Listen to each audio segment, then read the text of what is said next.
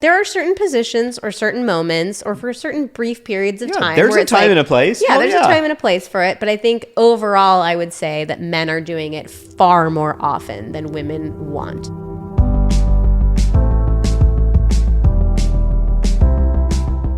Hello and welcome to the Pillow Talks podcast. We're your hosts, Vanessa and Xander Marin. I'm a sex therapist with over 20 years of experience. And I'm just a regular dude. We share the ups and downs in our relationship while giving you step-by-step techniques for improving yours.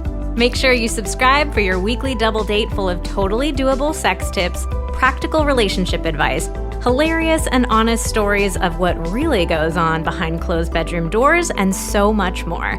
It's the sex education you wish you'd had. Thanks to Cozy Earth for continuing to support Pillow Talks. Give the gift of a good night's rest with Cozy Earth. Get 35% off site-wide when you use code PILLOWTALKS at CozyEarth.com. And thanks to Green Chef, the #1 meal kit for eating clean, for their support. Go to greenchef.com/60pillow and use code 60pillow to get 60% off plus 20% off your next 2 months. Today, we are talking about intercourse because you're doing it wrong. You're doing it wrong. You're doing it wrong. What does "you're doing it wrong" come from in the first place? I feel like you and I have been making that joke forever, probably as long as we've been together. You're doing it wrong. And but you are DOINITRONG. Wrong. Yeah. Where'd it from? Where'd it from? I have no clue. It's not really a joke. It's pretty dumb. But also, we're not shaming anybody here because we have done intercourse wrong, RONG, many times. But also, you're doing it wrong. If you're listening, you're doing it wrong. We're all doing it wrong. Yeah, I think intercourse is the perfect example of something that we all feel like we're just supposed to be naturally good at. I mean, if you really think about it, yeah, that word natural just comes up so strongly. I'm like, what else could be more natural than intercourse? It's supposed to be like pure animalistic, like you just know what to do, right? Or at the very least, maybe you weren't born just naturally being a champ in bed, but you kind of strive to get to a point in your sex life where you're like, okay, I've had a couple partners, or like, okay, it's, been X number of times with my partner now, and like, yeah, now I know what I'm doing. I'm good. Like, I'm good at this. I know how to have sex. But the thing about intercourse is that it actually is logistically pretty difficult, especially if you want to be like a little bit more advanced with it. Ooh. So things like, like what positions are best for what, and how do you like navigate in between positions? How do you actually move in specific positions? What do you do if you're on different timelines when it comes to orgasm, or one of you can orgasm easily, but the other one can't? There are a lot of logistical challenges to it. So we turned to our Instagram community and we asked, what is your biggest frustration when it comes to intercourse? What gets in the way of you fully enjoying the experience? And we got back a lot of surprising and some not so surprising answers. So in this episode, we're going to break down those most common frustrations and exactly what to do to fix them. I just want to make a quick note that it's our goal and intention to make Pillow Talks as inclusive as possible. In this episode, we are going to be talking a lot about male and female dynamics, but we just want to be super clear that lots of people of all orientations and gender identities have intercourse, and penis in vagina, like cis male, female intercourse is not like the be all end all of everything. But first, we got a review of the week. This week's is the podcast I needed when I needed it. I've been listening to this podcast and following on Instagram for about a year now. Every week seems to touch on something going on in my own relationship. I've taken all the advice and applied it to transform the communication and sex in my relationship. We've never been so emotionally and physically intimate. Hell yeah, that's a great review. Thank you. I mean, that's what we're here for. Just people feeling more emotionally and physically intimate. Like that is the point of this podcast. That just, sums it all up. So we're doing it, babe. We are doing it. We're doing it right. We are doing it right. Reviews do go such a long way in helping the podcast grow and reach new audiences. That's why we do this review of the week every single week. It's not just to make ourselves feel good, although it is very nice to read your reviews, but reviews help Spotify and Apple like display the podcast more prominently so new people can find it. If they see a bunch of good reviews on it, they're much more likely to listen to it. Like nobody's going to come across a 2-star podcast and be like, let me tune into this one. I mean, that might be your thing. There's probably something to be said out there for finding like the worst rated podcasts, like the worst rated, longest running podcasts. And it's just like a cringe listen, maybe. But that would be like the 1-star ones, not like the 3 or 2. The 2, like there's a couple good things, but it's pretty bad. So anyways, we do a giveaway every single week as our way of saying thank you for being a part of this community and helping us grow the podcast. So how it works is leave us a review on Apple Podcasts. If you go to the main Pillow Talks page, scroll to the bottom, you'll see the review section there. And if you hear your review read in an episode, then you can reach out to us at info@vmtherapy.com and you will get to pick a prize. We give away our master classes, so you get to pick which one tickles your fancy. And that's our little way of saying thank you. All right, so let's jump right into it. And that actually is the first of our intercourse frustrations. Wow, did you set this up this way? I actually didn't, because every week I say, let's get into it. But then I was like, oh yeah, skipping right into it is one of our biggest frustrations. A lot of people said they feel like there's just this rush around intercourse. And this is particularly true in male-female relationships after you've been together for a while. And I would say stereotypically, it's most often the man like jumping right ahead. So a lot of women complain like there's no foreplay, or there's 30 seconds of foreplay and it's very half-hearted and it's like obvious that it's just like, let me just get this out of the way so I can go for the good stuff type of feeling. And women reported to us that it leaves them with like a lot of different kinds of reactions. Like some women said, it makes me feel like he doesn't really care about my pleasure or my experience, which we'll loop back around to later. Some women felt like, yeah, that's just like, it just leaves me feeling rushed. Like I can never catch up. I can't like get present in the moment, like sink into my own body, enjoy the experience. I think most people just like don't like to feel rushed. And some women even said, like, I feel like he pushes to get right to the good stuff because he's worried I'm going to change my mind. Like, oh, well, he's just got to like get it in as fast as he can, because otherwise if he starts like kissing me or he's touching me and then I'm like, actually, babe, you know, I'm not really in the mood or I'm not feeling it. Yeah, God, like, yeah, how dare you get her a little more excited, because she might then be like, oh my God, I made a horrible mistake. Yeah. So, I mean, people said like sometimes it can be fun to have a quickie where you're like, let's just get right down to it, or like we don't have a ton of time and it feels like this fun game to get right to it. But I think overall, most people really want it to last longer, like the lead up to intercourse to last longer, because by the time you get to intercourse, then it feels like it's so much more exciting. You've had this anticipation build up for it. Well, I mean, one thing that just came to mind as you said quickie is like, to have a quickie, I think that there has to be a communication about it. Like both partners have to agree, yeah, like we're doing a quickie. Like it's not a quickie if just one of you decides without saying anything, oh, you know what? I'm going to show them. I'm going fast I'm today. going fast. What would that be called? Like a onesie? I don't know. I mean, that's like a car chase on the freeway. But no, I do want to circle back to this because I want to share my perspective on this sort of like men skipping to it. 'Cause I know that I have been guilty of this in the past. Yep. Definitely in other relationships and definitely in our relationship. Early on it, honestly, this was something that I feel like I didn't really break down fully until maybe 3 or 4 years ago. I felt responsible as a man. I felt responsible for the intercourse, for giving the intercourse. And I felt responsible for it because I'm the one with the erection. The intercourse cannot happen without the erection. Well, the side note, intercourse can happen without an erection. You can... Oh, yes. Check out our Smash or Pass Intercourse Edition episode. I'll look that up while you keep talking. I mean, I was going to say there's also toys can be utilized. Yes. But anyway, that's just a sidebar. But, you know, the feeling is like, I'm the man, I have the penis, I'm the one who has to get the erection. I am responsible for it. The intercourse begins and ends with me.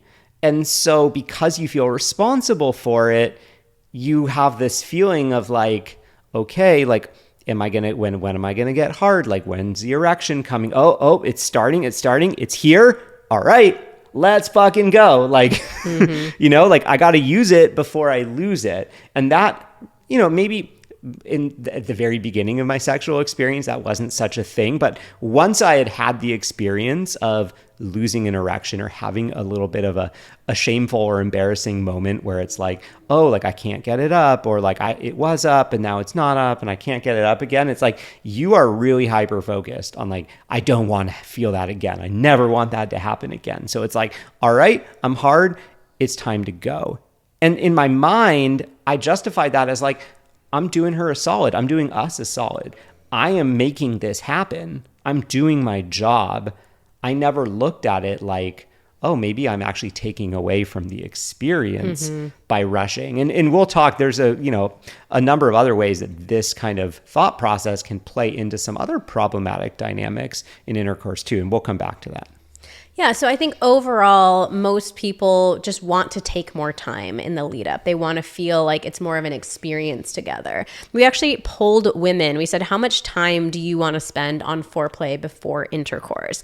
58% of women said they want to spend 5 to 10 minutes. 31% said 11 to 20, and 6% said 21 to 30. So I found that really interesting because I think sometimes men hear the word foreplay and it's sort of, I feel like you get a kind of eye roll experience, like, oh God, now we got to do that too. But 58% of women want 5 to 10 minutes. Like, we're not talking about huge amounts of time here, right? 5 to 10 minutes. And also, I'm guessing that when women were responding to this, they weren't thinking like, I want 5 to 10 minutes of like 100% of the focus on me. Like, they're talking about like giving and receiving. Let's like kiss, let's hold each other. This is something that take each other's clothes off. Yeah, like let's touch each other. Let's go down on each other. Like 5 to 10 minutes of jointly enjoyable things, stuff that feels good for both people. So I think that's a great conversation for couples to have of like, what is our ideal lead up to sex? Like, how much time do we want to spend on it? What are our favorite things to do with each other leading up to it? So that you are on the same page about like what you guys are both looking for, what's going to make a good experience for you. Let's move into the second complaint, which is very, very much tied into the first one. Yep. The second frustration that we heard is not focusing enough on her pleasure. So we polled our community and 91% of women said that intercourse is not their favorite sexual activity. Oh, so one more reason why rushing into it is actually biting you. That number blew my mind. I mean, I think, in male-female relationships, we think of intercourse as the gold standard. It's like the default thing. The home run. That's the home run. It's like the main thing that we do. And yet 91% of women say that that's not their favorite sexual activity. That is a mind-blowing number if you really take the time to think about it. Like, clearly we're doing it wrong. And that's why we are making this episode in the first place. I do want to be really clear about this though, because I think that when we throw that stat around, that 91% saying intercourse isn't their favorite sexual activity, I think that a lot of men can hear that and feel doubtful or feel bummed or like, wait, well, like, what are you telling me? Like, we're just not supposed to have sex? And that's not what we're saying. We are not saying that you shouldn't have intercourse or that intercourse is a bad activity. What we are saying is that when intercourse is essentially the only activity that you do, that it is far more enjoyable for one of you, aka the guy, than it is for the woman. And it is about bringing together a lot of enjoyable activities all together, and all of that creating like a good experience, a great experience all together. Well, the main problem that comes up with intercourse is that it's not creating enough stimulation of the most sensitive part of our bodies. So for us women, the most sensitive part of our body is the clitoris. There are 8,000 to 9,000 nerve endings in the clitoris compared to 2,000 to 3,000 nerve endings in the penis. And the penis is way bigger. Yeah, women really have it a lot better if you focus on the right part. But when you have intercourse, you're getting stimulation in your vagina. And the vagina does not have anywhere near the amount of nerve endings as the clitoris. I've actually looked multiple times. I've tried to find a proper scientific tally of how many nerve endings are in the vagina.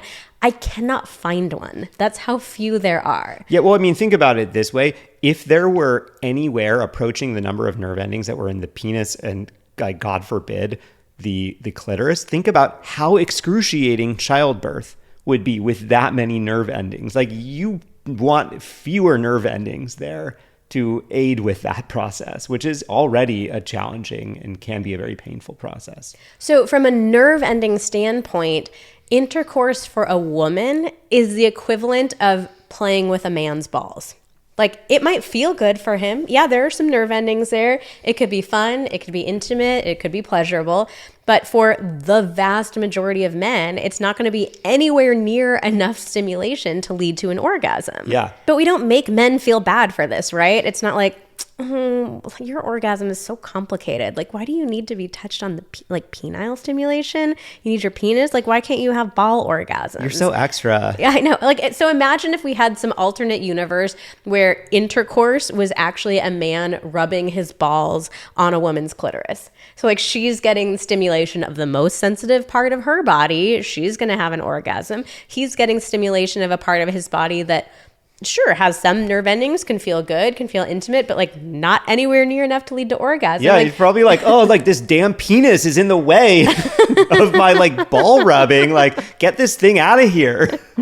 So we really need to give the clitoris the same respect that we show to the penis. And I think this is the perfect illustration of what Xander was saying a minute ago of like, we're not saying don't ever have intercourse. It's a terrible activity. All we're saying is you need to make sure that the clitoris is invited to the party as well. Like, we wouldn't expect men to have sex with zero penile stimulation and have a great time and have orgasms. So we shouldn't expect the same from women. Yeah. So, to the guys out there, think about it this way, like the ball penis thing. It's like, yeah, with just your balls being fondled, you are most likely not going to have an orgasm, but that doesn't mean that no one should ever touch your balls. In fact, if you are getting a hand job or a blow job, you've probably had this experience with like, a good amount of ball cupping at the same time, like some ball stimulation along with that can really like increase the intensity of your orgasm, of that whole experience, and like really put it over the top. So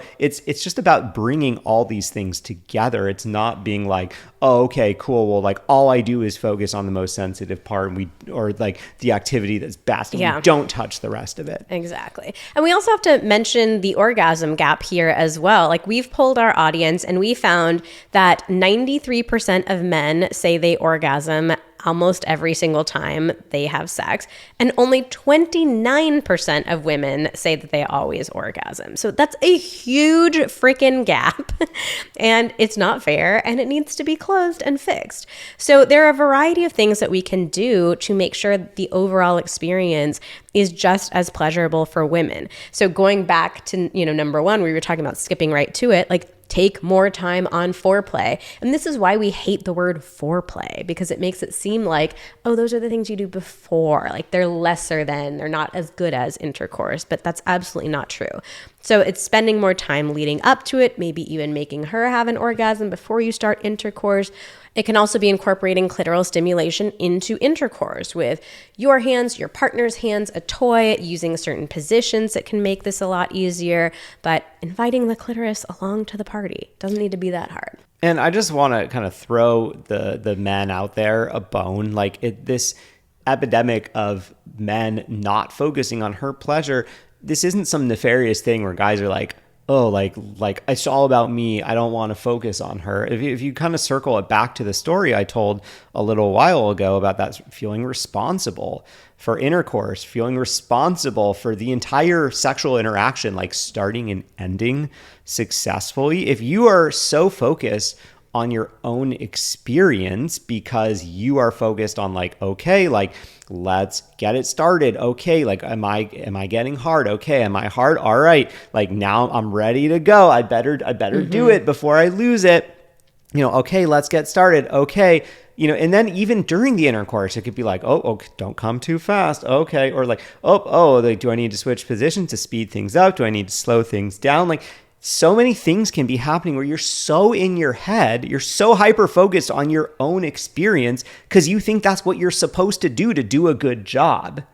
Of course you're not focusing on her experience. So the only way to really successfully focus on her experience while also enjoying yourself is dismantling that story in your head that like, this is your job, that is like a referendum on you as a man. And that's really hard to do. I'm not going to lie. It took me a really long time. It took us talking about this over and over and over. And Vanessa like repeatedly telling me like, yeah, I'm not expecting that of you. I've never expected that of you. It took a long time of me just start learning to trust like, okay, she really means that. Like, oh, I need a little help getting hard again.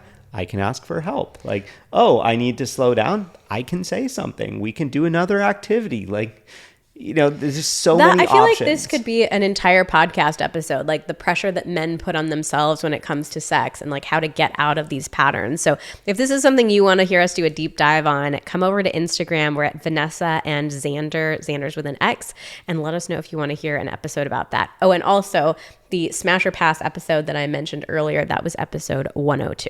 Yeah, there's a really sneaky good tip.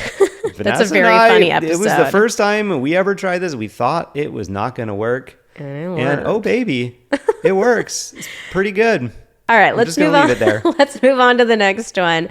The next frustration with intercourse was positions. People had so many frustrations about positions.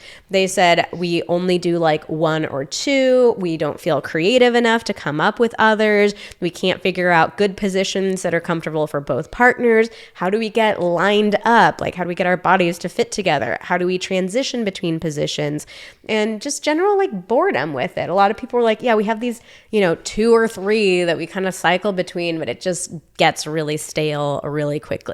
Man, positions, can't live with them, can't live without them. So we actually did more of a poll about this on Instagram. We asked, how many positions do you regularly do? So we said like at least once a month. 17% said just one, literally just one. And we'll give you one guess as to what that position is. Doggy style, missionary. And 71% said just 2 to 4 positions. So the vast majority of people, 88% of people are doing 4 positions or less per month. So 12% of people are getting creative, or 5 or more creative. Yeah, when we polled that, a bunch of people DM'd and they're like, there are more positions than 4? Like, what even are the options? That's when you know you're onto something. So positions are a funny thing because there are these like core positions that pretty much everybody knows. I think like missionary, woman on top, and doggy are like the 3 most common. But also we see a ton of ridiculous sex positions online that seem like so impractical, painful. Like, how do you even do penetration in this position?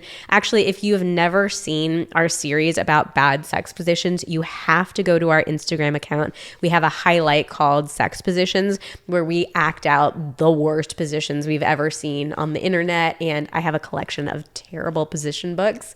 It's so funny, but we've done so many of them where it's like, this is not possible. Like, you cannot do intercourse in this position. So you can't really fault people for, if their experience of sex is 1, 2, 3 positions, and then all they see online are like these ridiculous ones. Like, I would come away from that being like, this position thing is bullshit. Like, it's just fake. Mm-hmm. Like, who does, like, that's not real. Like, there's nothing here for me. Like, I could totally see so many people like rightfully thinking, well, okay, this is just not worth my time or attention because all these other ones are dumb.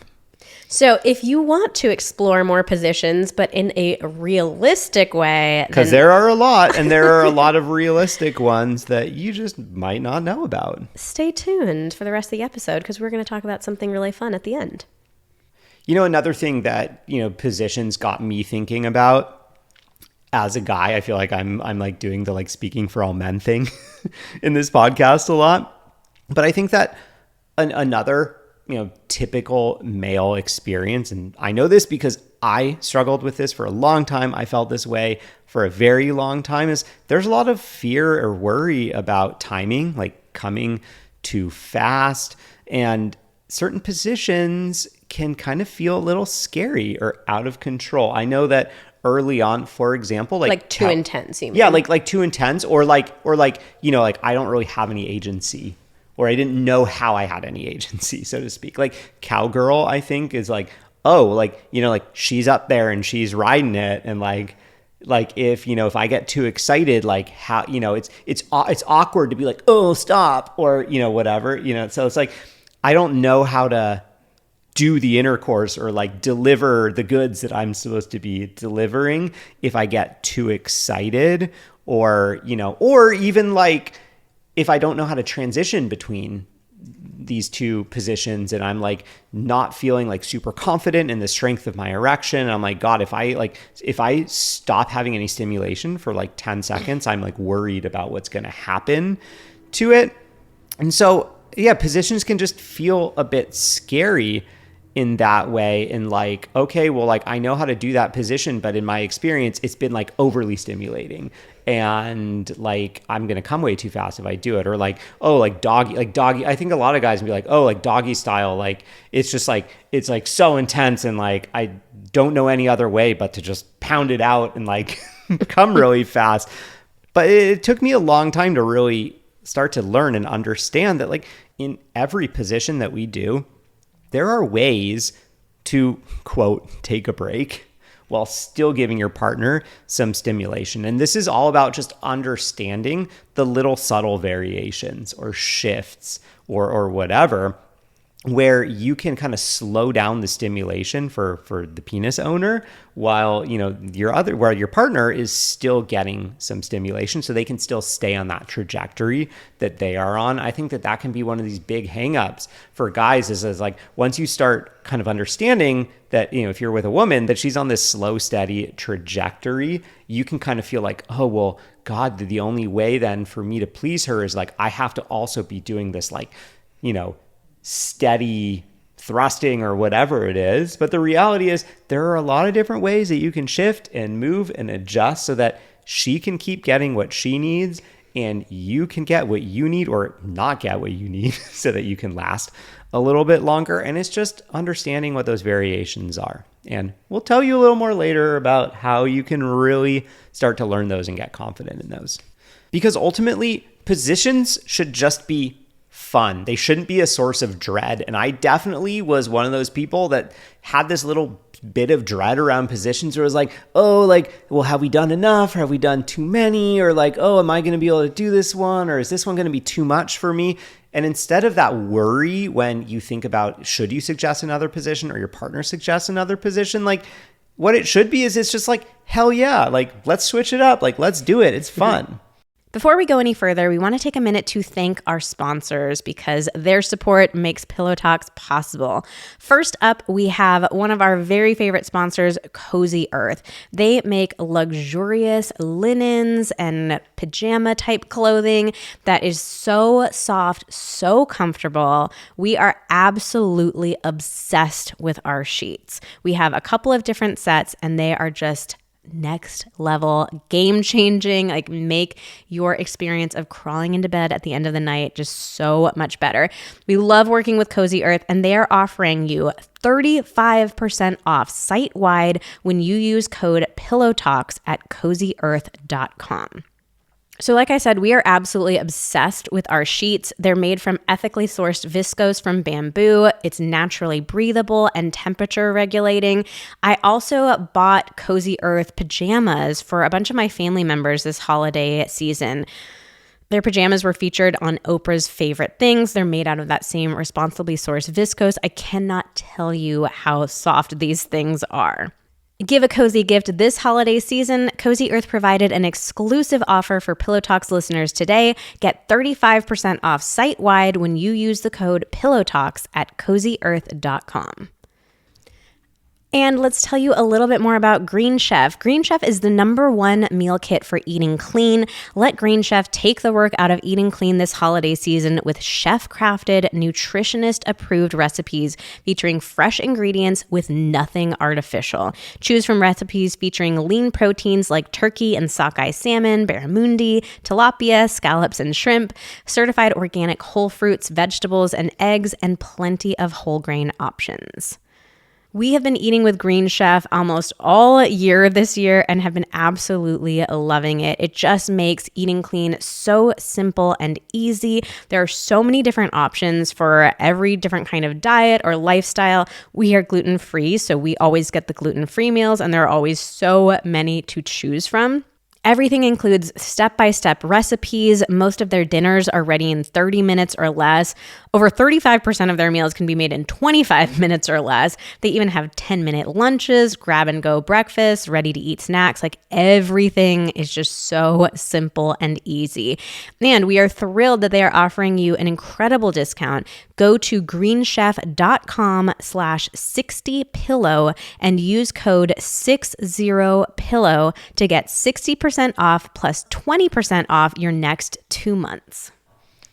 All right, next up, let's talk about not knowing how to move during intercourse. And this was the frustration that brought up the most shame and embarrassment from people. People were just like, I feel humiliated, but like, I just don't know what to do or how to move, or like, I move, but it just doesn't feel like I'm doing it right. I'm not doing it right, and it doesn't feel good. And this did come up for people of all genders, but particularly women mentioned like, I just don't know what I'm doing, and it's so embarrassing. So some of this comes from obviously like, where have we learned how to move? Like, where did you ever get any sort of lessons on like, this is what you do, and in this position you move in this way, and in this one you move in this way. And also, a lot of this comes from porn, like just terrible examples that we've seen in porn. And I think the most classic thing that comes out of porn is jackhammering. Men just like thrusting away so hard, so fast. It's the jackhammer. You're literally being jackhammered. Yeah, but also, I think also like cowgirl is portrayed really poorly because it's like this big bouncing thing. And the reality is that like porn needs to be filmed at certain angles that look good. And also like there is a camera, probably a somewhat large camera, and that is being placed, close up or whatever, which is resulting in certain limitations of what you can actually portray. I think that's another important thing to think about. So like, yeah, like in reality, cowgirl is more of a grinding position, but like, how are you gonna like with a camera? Like, you're not gonna be able to really portray much of it's not gonna look very exciting, right? Like, there's not a lot of movement. You're not like seeing all the, you're not seeing the genitals. Like both sets of genitals are totally covered up. It's like that wouldn't make for good TV. And then on the flip side, I think then there's also the other side of this, which is like what you see in movies and stuff, of like the way sex is portrayed in movies, where obviously the characters are not actually having sex, like they're not actually inside of each other. And so you might see these sort of more like comical depictions or just over the top of like a lot of movement, more movement than is actually possible if your body parts were inside of each other. So I think it's important to kind of consider those two things and be like, oh yeah, like just remind yourself, both of these things, these are entertainment. They're not meant to depict reality. Yeah, in reality, there is a lot less movement, and I think much slower movement too. Yes. Like more of and it is different for every position. So we can't like in this episode go through every single position and like tell you exactly all the tips. But I think it's not like CPR where it's just like sing, like staying alive and go at that beat. No. Although a lot of men do stuff like that, like counting out their thrusts or like trying to time it. Yeah, don't do that. Don't do that. That's not a thing. It's not a real thing. Yeah, so I think, having a conversation with your partner about whether or not you like jackhammering, because there are certain positions or certain moments or for certain brief periods of time. There's a time and a place. Yeah, there's a time and a place for it. But I think overall, I would say that men are doing it far more often than women want. And far longer, and probably just like really shortening their own experience too. Because like honestly, who can last very long when you're just doing that? Yeah, the jackhammer it's a one-way path to a very fast orgasm. And then with cowgirl, like you were mentioning, you don't need to bounce up and down. That's a porn thing. It's actually not likely to feel very good for you. Your quads are going to be burning in your seconds. Knees, God. Yeah, your knees are going to hurt real bad. You also might hurt your partner. With cowgirl, it's much more of like a gentle rocking motion. So I'm thinking about rocking your hips back and forth, like grinding against your partner. Yeah, that's going to be a hell of a lot more enjoyable for the clitoris haver as well, the grinding. And I think in general, just mixing up tempo, pace, depth, like the movement that you're doing. I think people very often just get locked into like, this is my pace and this is my thrust and I'm doing it and that's it. But mixing things up can feel a lot better. I mean, the variation in tempo also is really going to help the men last longer too, because I think that's like when you start kind of doing that consistent thing, it's like, yeah, you get on this just one-way trajectory too, and it's like you need to give your brain and your body some variation. This leads us right into our next frustration that got brought up by the men in our audience who talked about pillow princessing. Otherwise known as starfishing. We've heard it called as a spread eagling before, but basically it's when the woman in a male-female relationship just lies there during sex and she's not really participating, she's not moving. Very often this happens in missionary, where you're just like, you're kicking back on the pillow and you're just enjoying the ride letting your partner do all the work for you. So I will say, there's a time and a place for this. Like, it is nice to trade off during intercourse and like to have moments where you can just lay back and receive and enjoy yourself. So I'm not saying like every single moment you need to be active and participatory. Yeah, I mean, there can also be some sort of like kink or fantasy behind this too. If it's like, I want to just give it to you, or like I want to just kind of receive without participating. But that is more of an advanced that's a more advanced thing that requires a lot of communication and understanding what it is that each partner is looking for, kind of what that scene looks like. But it's in general, like, it's not fair that every single time you're just laying back and enjoying it and your partner is in charge of the entire event and responsible for the pleasure. Yeah, well, I mean, because this can also feed into those ideas that men can have of, I really am responsible for this. If because like most men, would go through their kind of teen puberty years and becoming sexually active years, definitely thinking that they're responsible because it's all the messages they get from society, from TV, from movies, porn, all that stuff. And then it can be even more confirmed if they're with a partner or partners who kind of just lie there as well. It's like, oh yeah, well shit, I guess I really am responsible for this thing. Like, yeah. And I can see how it just starts to feel like, okay, well, like if I don't do this, it's not going to get done. There are a bunch of reasons why starfishing or pillow princessing can occur. A huge one is what we were just talking about earlier, like a lack of confidence in knowing what to do. Like, I don't know how to get on top. I don't know how to move. Like, so I'm too embarrassed. Like, I would rather just lie here. And also another big reason is not enjoying yourself, which ties back to all the stuff we've talked about already about like not prioritizing her pleasure. If intercourse doesn't feel like a pleasurable experience for you, if you're not feeling connected to your partner, or you feel like they're just rushing into it, then it's understandable that you're just kind of lying there like, well, okay, I guess I'm just like here. Not much here for me. Yeah. But it's just at the end of the day, like, it's not a pleasant experience for either partner. And it's similar to the next frustration that we are talking about, which is silent sex. And we actually did an entire podcast episode about this recently because it is such a huge problem. That is episode 129. Do you have silent sex? So definitely check that one out. But we wanted to mention this here as well because it really goes hand in hand with the pillow princessing. Like, a lot of people said, like, it just feels like my partner's just there, but they're not participating in it with me. They're not like communicating with me at all. We're just like, it just feels so freaking awkward. We're just both there, like, completely silent, no communication, no noises. Like, it's just not exciting.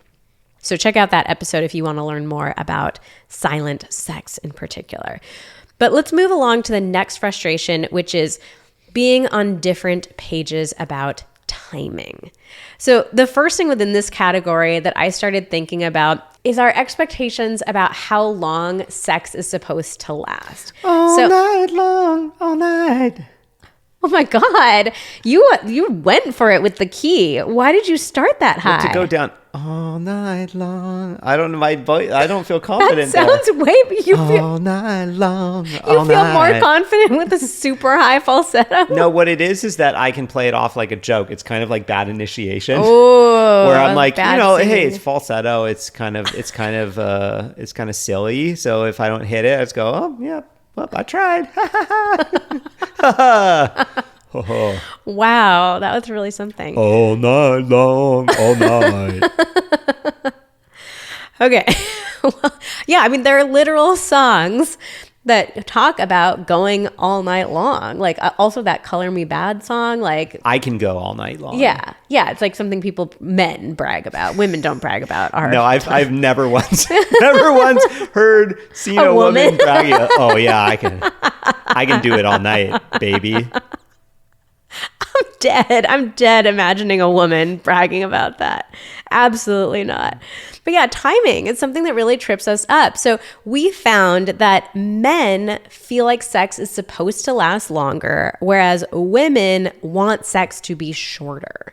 And I think that makes a lot of sense, like with men and their pressure and expectation around like, I'm in control of this, I'm in charge of this, I'm responsible for this, I'm worried about my orgasm, my erection. Like you feel like the longer the better. Yeah, I mean, also we tend to, when we struggle with evaluating how good something is or something feels like a bit of a gray area, we tend to lean into the quantitative and go, okay, what can I quantify? Number of minutes, number of hours. Hell yeah, I can quantify that. Yeah. Like I know what time we started. I know what time we ended. 2 hours. Oh, that must have been really good sex. Rather than asking the tough, I put tough in quotes, like asking the tough questions of like, how was that? How did that feel? Like, how do we feel afterwards? Like, was that fun? Was that exciting?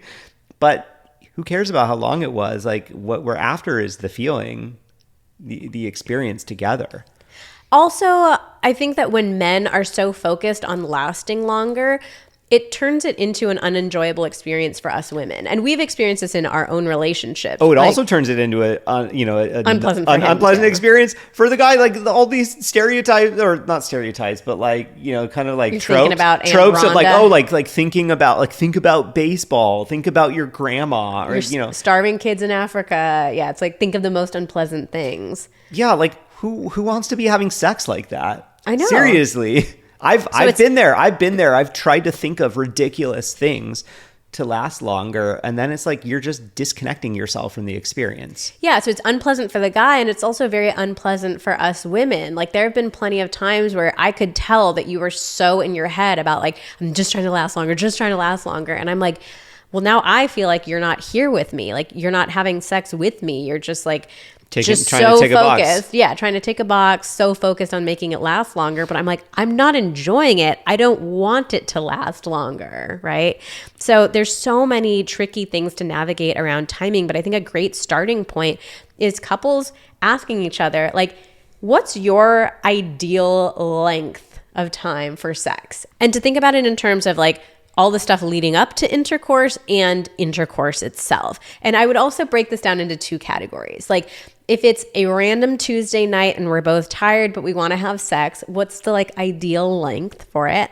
And let's say it's like a weekend or the kids are away or whatever, and like we have more time, like what's ideal for you in that circumstance? But I think a lot of couples will be surprised by what their answers are. I think there are going to be a lot of men out there being like, wait, you only want it to last that long? Like, I had no idea. We've polled this before, and I believe the average answer was like around 7 to 10 minutes. But I think, that is also in combination with some of the, bumping up the time on foreplay at the beginning or throughout, whichever it is. Because again, foreplay doesn't always have to be before. But yeah, it's like, it's not like, oh yeah, let's minimize the getting excited and maximize the amount of time doing intercourse. It's like, let's spread these activities out. Yeah. When we talk about timing, there's also pressure to orgasm simultaneously because let's face it, that is the only way we ever see sex happening on TV, movies, porn. Like they always orgasm in the exact same moment every single time. And they make it seem so easy, so natural, so effortless. Like that's just how it happens. In reality, though, simultaneous orgasm is quite rare and very difficult to pull off. Like each partner has different timelines that they tend to last, different things that they need to like get them over that little hump. And so if you're aiming for orgasm, like first of all, it's going to be effort. And there's going to need to be a lot of communication involved. So no silent sex leading up to a simultaneous orgasm. And you're also probably going to be put in the situation where one partner is trying to slow themselves down. Think of Aunt Rhonda and the starving kids. And the other partner is trying to hurry themselves up and feeling like, oh, I'm taking too long and why am I not getting there? So it just can create like a really unpleasant situation for both partners. And then in male-female relationships, I think there can also be sometimes some pressure for multiple orgasms, for the woman to have multiple orgasms. And I think that men can get really intrigued by or fixated by the reality that many women can have multiple orgasms, kind of like men love boobs because they don't really have them. Men typically can't have multiple orgasms, like without waiting out that refractory period, whereas many women can. And so it's this like, oh, well, God, if one is good, two must be better and three must be better than that, right? It's like another logistical thing like you were talking about earlier. Like it's a quantifiable, like, oh, 3 orgasms, that must be better than 1 orgasm, right? Yeah. And early in our relationship, I definitely was guilty of this. Like, there were, probably a couple times early on where you did have multiple orgasms. And I was like, ooh, like I want to do that every time. Like that's so incredible. It sort of felt like a way also where I could I felt like I could give back for those times where maybe I finished too quickly or like you didn't come, or I was like, oh yeah, well, I'm going to make you come like 3 times tonight, baby. But I didn't really understand what that experience was like for you. Like I didn't truly know like, oh, are you actually having a better experience when you have 2 or 3 orgasms? Or is this just like something for my ego? Because the reality for me is that while I am capable of having multiple orgasms, I actually prefer just having one. When I have multiple ones, it's like each subsequent one just doesn't feel anywhere near as good as the first one. And sometimes I can get like a little hypersensitive. So I just like a one great, wonderful, big orgasm. Going out with a bang. Yeah, I don't like to aim for multiples. So that was a great conversation for us to have to like clarify that with each other. Yeah, well, because I could imagine that, you have like one really good one and then you have a kind of like mediocre or mild one. And then you're left, kind of thinking more about like how it ended rather than like that big one that you had earlier. Or I think in your case, when you knew that I was pushing you to, where I was encouraging you to have multiple orgasms, you might have tried to have that first orgasm faster than you normally would, which might have resulted in it not being as strong as it could have been if you had just in your head been like, I'm going for like the one big one. Yeah, it started to feel performative for sure. Like it was something that I was having to like do for you to make you feel like you had done a good job and gotten your little gold star. Yeah, so once we had that conversation and I understood that experience a lot better, I was like, oh, I can understand that. Like, and then it almost made things a lot easier for me. I was like, oh, okay, well, yeah, I don't want to push her to do something that she doesn't want to do. And and I can trust that she's saying that when she has one really big one, like that's great. Like she's more satisfied. She feels better about it. And I was like, took the pressure off of me to be, because it's hard to not come when you see your partner having this massive orgasm. You're like, no, like I'm going to ride this out. So it just made things a lot more simple for us, I think, once we had that conversation. And I think the same thing can be true when you talk about simultaneous orgasm. Like if you stop making that the primary goal, you might find that you actually start enjoying things better. And like maybe you even actually start having more, closer to simultaneous orgasms once you stop focusing on it. The other interesting thing about orgasm is like it can actually be better to have your orgasms separate because then you get to enjoy each side of the experience more. Oh, yeah. Like you get to just focus on your own orgasm and really soak that up and enjoy it. And then you get to focus on like watching your partner orgasm, which is so fun and sexy.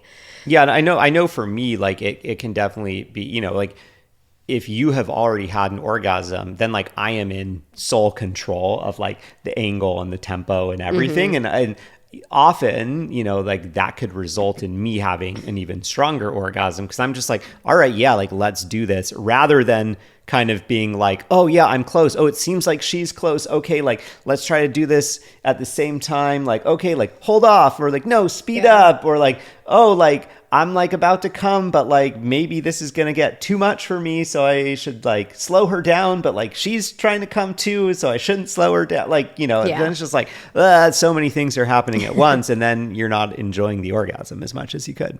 And the final thing that we need to mention about orgasm is that you don't have to have the orgasm from intercourse. Like another reason why we hate that word foreplay is because it implies like you do these things before, then you move on to intercourse, and like you end with intercourse. Yeah, and if you don't have that orgasm, then it's over. Shit out of luck. Yeah, and it was like a bad experience. So it's like, you know, it actually, you're so much more likely to have orgasms if you're more flexible about the activities that you're doing. And like, there is no rule that once you have intercourse, you can't then do oral or use your hands on each other or play with a toy with each other or masturbate together. So it doesn't have to be that you're only having the orgasms for intercourse. And again, like going back to that whole understanding that intercourse isn't the most pleasurable activity for most women. I actually forgot to mention when we were talking about that, only 10 to 15% of women can orgasm from intercourse alone. And even of that 10 to 15%, there's often some sneaky little clitoral action that's actually going on. So all that to say, don't put pressure on yourselves or each other that you have to have orgasms from the intercourse. And let's bring it on home with our final intercourse frustration, which is skipping aftercare. So a lot of people mention, very similar to rushing into the intercourse, a lot of couples rush out of it. And there's this feeling that like once your partner has had the orgasm, especially for women, it's like, yeah, once he's come, then it's over with. And a lot of people mention, yeah, that feeling like there's this abrupt ending to it. My partner jumps up and, you know, starts cleaning themselves up, or they roll over and grab their phone. It's just this feeling of like, we're done. And a lot of people said, like, I want to be able to linger in that moment with my partner more. So we think aftercare is one of the most underrated parts of being intimate with each other. And what we mean by aftercare is like just spending a little bit of time with each other afterwards, continuing that connection. And this can actually be a great opportunity for couples to create some sort of ritual together around like, how do we wrap up sex? Do we cuddle for a little bit? Do we talk about our favorite parts of what we just did with each other? Do we make out for a little bit? Do we grab some, you know, washcloths or some tissues and like clean each other up? But basically, like, it's just another great conversation to have with your partner of like, what can we do after we've finished having intercourse to maintain that feeling of connection? Yeah, and there's no one way and there's no like right or wrong way to do this. I think a lot of people get kind of hung up on aftercare where it's like, oh, well, but like I have to jump up right afterwards and clean up, or I have to jump up and go to the bathroom. And that's fine. Like it's still aftercare if you come right back to bed and cuddle. Like don't, you know, this isn't like this cut and dry, like the only way to do aftercare is like you have to, you know, stay in bed, not clean up and cuddle for 5 minutes. Like you can do it however you want, but yeah, if you never talk about it, then you know, you don't really have a plan for it. You don't know like what each person would like, what it's like for them. And you're just missing an opportunity to be like, hey, for me, it's really important that I get up and, you know, wipe up, go pee, but then I can come right back to bed and we can cuddle.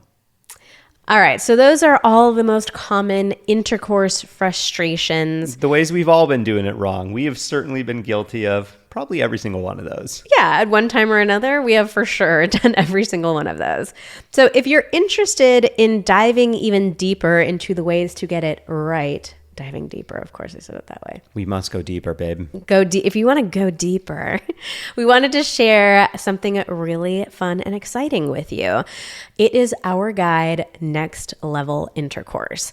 So just to give you a tiny bit of backstory about this guide, we originally decided to create it when we did the poll where we found that 91% of women said that intercourse was not their favorite activity. We were like, that was oh a while God. ago. Yeah. We got to do something. We were got to help. Holy crap, we need to fix this. And yeah, like we said, we've had our own issues with intercourse and really had to spend time and effort figuring out how to make it more enjoyable and equally enjoyable for both of us. So that led us to creating Next Level Intercourse.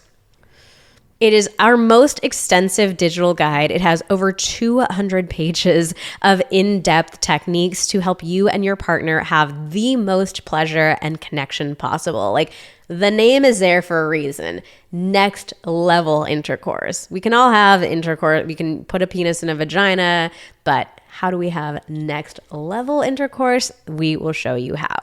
So the guide has 42 beautifully illustrated positions. Yeah, that's like the backbone of the guide is all of these positions, but then not just the positions, but like how to get into that position, how to get out of the position, those variations that I was talking about, just the little subtle movements that you can make, the weight shifts, the little changes that can turn one position into really like, 3, 4, 5 different things that are going to feel different for you, where, maybe you can take a little bit of a load off or you can speed things up or whatever.